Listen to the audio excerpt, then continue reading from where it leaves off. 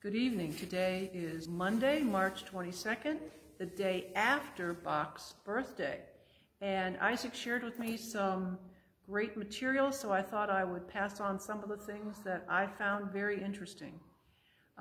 This is from a website, Christianity.com, and it gives a story about Bach's life. It makes you think about it, and hopefully you will also. This is entitled Johann Bach's Midnight Adventure. The night is dark and cold, and a fierce wind rattles the window panes. A small 10-year-old boy tiptoes quietly down the stairs. He cups his hand and shields the light from the candle he's holding, trying not to awaken the others in the house. Slowly, ever so slowly, he pushes on the door to the study. He knows it will squeak unless opened very slowly, and if anyone hears him, his mission will be over. Johann Sebastian Bach has a burning desire to play new music. Since his parents died, Johann lives with his brother, a church organist. His brother keeps his music locked away since he thinks it is too valuable to be used by children. Johann has already mastered the beginning pieces and now wants something more difficult to practice. Johann sets down his candle and squeezes his arm through the lattice of the locked music cabinet. Very carefully, he rolls a manuscript and eases it out of the cabinet. He spreads the precious pages out on the table. The rest of his night will be spent carefully copying the notes of the piece he will begin to learn the following day. Once he has copied the final line, he carefully places the music back in the locked cabinet. Johann returns to his own bed, filled with anticipation of playing the new music. For young Johann, music is more than something to listen to or practice. It can cheer him up when he is sad. Music is the way Johann Bach expresses his thoughts and feelings.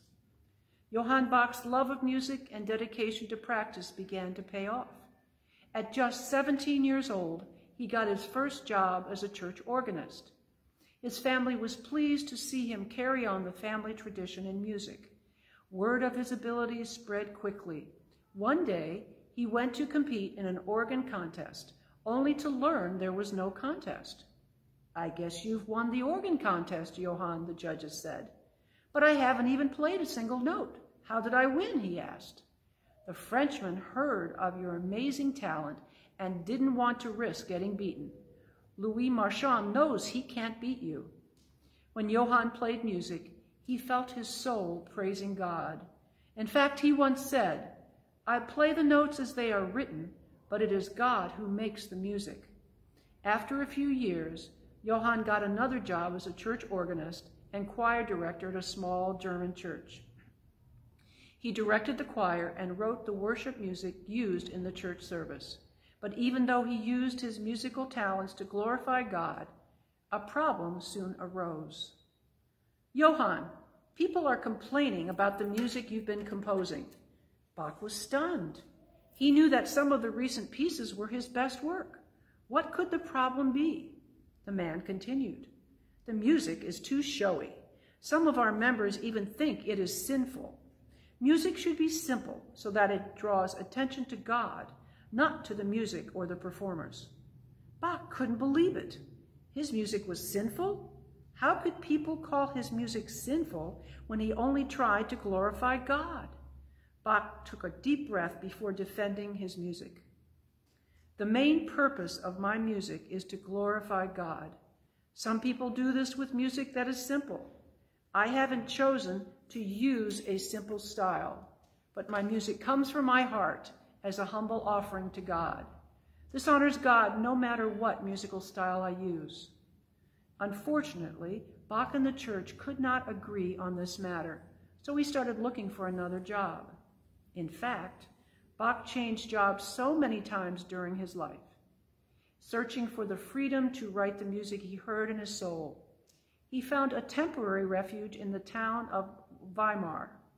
This was the first time Bach did not work for a church, but his boss, the Duke of Weimar, was a religious man. The Duke encouraged Bach to continue writing sacred music, and for a while, Bach had the freedom for which he had searched. Even though the Duke gave Johann the freedom to write what he wanted, Johann never forgot that it was God who made the music through him. Whenever he began a new piece, he bowed his head and prayed, "Jesus, help me show your glory through the music I write. May it bring you joy even as it brings joy to your people." Without Jesus' help, Johann knew he'd never be able to complete the task. Before writing even one note, Johann carefully formed the letters J, J at the top of the page. With that, the music began to pour from his soul and onto the page. When he was finally satisfied, he wrote the letters S, D, G at the bottom of the page, Soli Deo Gloria, for the glory of God alone. He hoped that when the music was played, it would point toward God. People today know that Bach was one of the most brilliant composers ever. Although the peace he found at Weimar did not last, it gave him temporary relief from the problems he experienced earlier. Instead of having to please the whole church with the music he wrote, he only had to please the Duke. But while the people of his day recognized Bach as a great organist, they never accepted him as a great composer.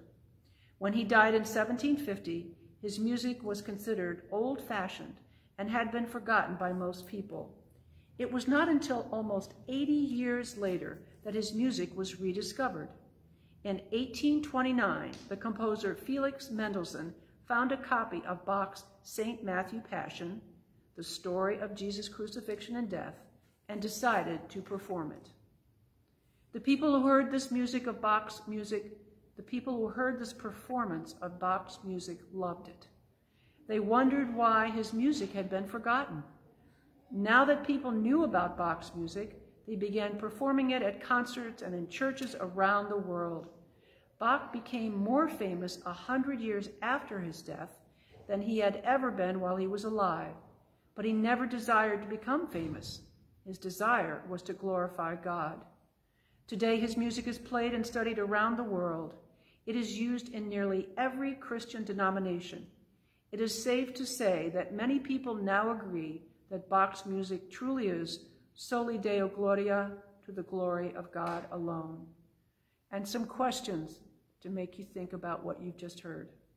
1, how can you follow Bach's example and do all for the glory of God? From 1 Corinthians chapter 10, verse 31. So whether you eat or drink, or whatever you do, do everything for the glory of God. Find some of the ways you can do this. Johann expressed his thoughts and feelings through music. What are some ways you can use to express yourself? 3, Bach's music was never really appreciated by the people of his time. Do you think he was discouraged by this? And 4, God gave Bach a special talent for music. He developed that talent by practicing diligently. What talent has God given you, and how are you developing your talents? Some things to think about the amazing life of Johann Sebastian Bach. Be well this night.